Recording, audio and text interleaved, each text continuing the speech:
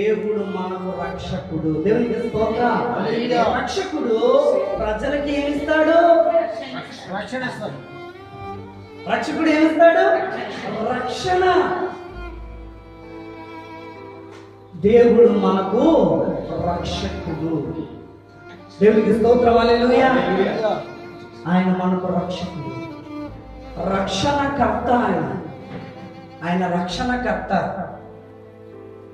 మనుష్యుల వలన మనకు రక్షణ కలగదు.